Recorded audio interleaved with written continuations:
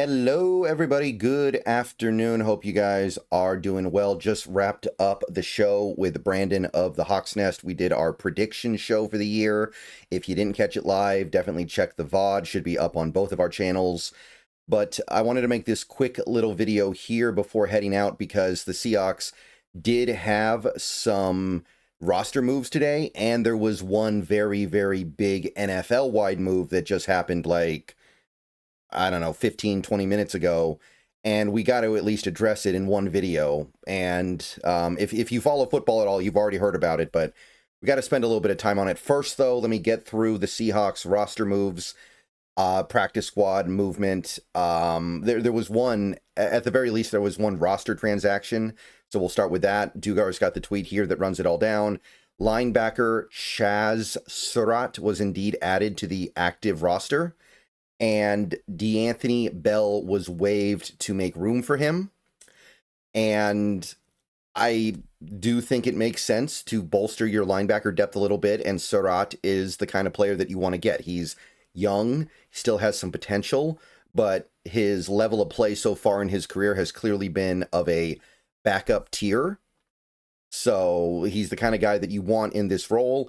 Now, waiving D'Anthony Bell is, to me, a little bit surprising. We do have enough safety depth to survive without him, but I'm really surprised that we view Ty Okada as being more valuable than D'Anthony Bell. I think Bell is considered to be a much better special teamer. Maybe we saw something there we don't like.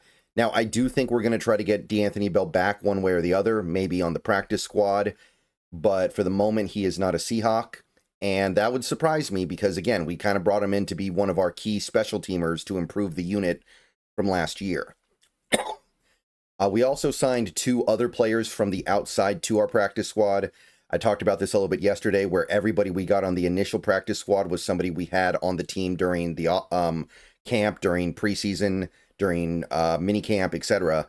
So I thought we'd probably go outside the team and get a couple of guys. So far, we've got Chris Paul Jr., the linebacker, who I talked about a little bit yesterday. He is now officially on our practice squad, and wide receiver / return specialist Courtney Jackson from the Broncos.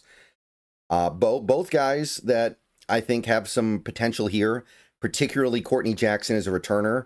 We are not that far away from needing to turn to a guy like Courtney Jackson for our returning needs. So it's good to have a guy like that around in the event that Torrey Horton can't do it or gets hurt or whatever. And Courtney Jackson had a pretty nice preseason with the Broncos.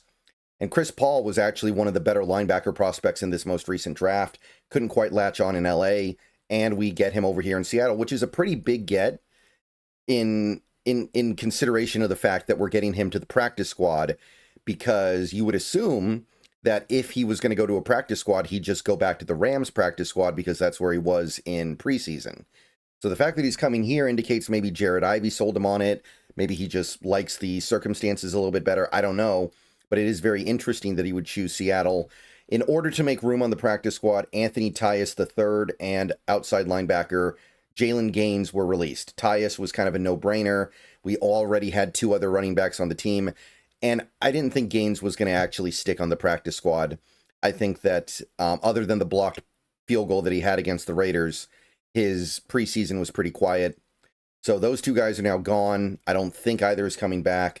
My understanding is that Shaq Griffin has come back to the practice squad as well, and he's going to hang out there for a little bit.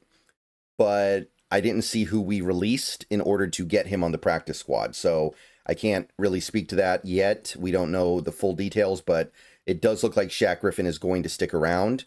He's just not going to be on the active roster for the time being. And that's it for Seahawks roster stuff, and we spent probably too long on that, because you guys don't want to hear me talk about this. I don't really want to hear myself talk about this. This is all just moving deck chairs around. The big one had very little to do with the Seahawks, but it was the big move today. We got to talk about this. The Dallas Cowboys have gone and done it. They have traded Micah Parsons to the Green Bay Packers and acquired only Kenny Clark and 2 first-round picks. And I say only. I know this sounds good. I know this does, but Kenny Clark is on the wrong side of 30. He's been in the league a while. He's got a lot of miles on him, and he is coming off probably the least productive year of his career, even though he still is a good player. And the 2 first-round picks are probably going to be very late now because Dallas is now a legitimate Super Bowl contender. Green Bay is now a legitimate Super Bowl contender. So my first reaction to this trade is, wow, what the heck is Dallas doing? How is this the best you can do? You should be able to get minimum 3 first-round picks out of a guy like a Micah Parsons. Now, in the immediate aftermath of this trade, the Green Bay gave Micah Parsons, it was 4 years, $188 million. And I know there's going to be some sticker shock there, but I'm telling you guys, he is worth it. He is, I think, pretty easily worth it. And that cap number is going to seem a lot more manageable in a couple years when the big money kicks in and the cap has gone up by $50 million. That's not even going to be that big of a deal. So I think this is a phenomenal trade from Green Bay's side, and I think it's a terrible trade from Dallas's side. If you're going to do this, you should be getting more than just 2 firsts and a good but older defensive tackle. To me, this is a complete disaster from their side, and I can't believe they did it. Now, from a Seattle perspective, because obviously I want to pull things back towards Seattle a little bit talking about this, because there are plenty of things you can talk about without even bringing the Seahawks into the conversation. This completely reworks the hierarchy of the NFC. This makes Green Bay a legitimate Super Bowl contender, I think, immediately. And it makes them a team that should be a threat for years to come because Parsons is so young. And there's plenty of stuff there. I think they're now prohibitive favorites to win the division. I think that they are now prohibitive favorites to make it to the conference championship game.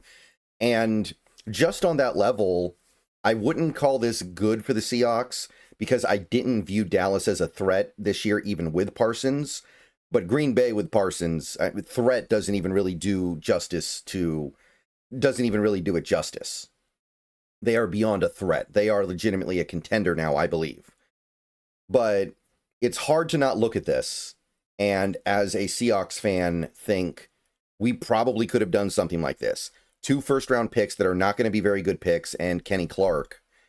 That's something that you could have pretty easily matched with your 2 first-round picks, and maybe you could have given up one of your good young edge rushers, somebody like a Boye Mafe, who is not as good as Kenny Clark, but is also much younger, and for the moment at least, he's much cheaper.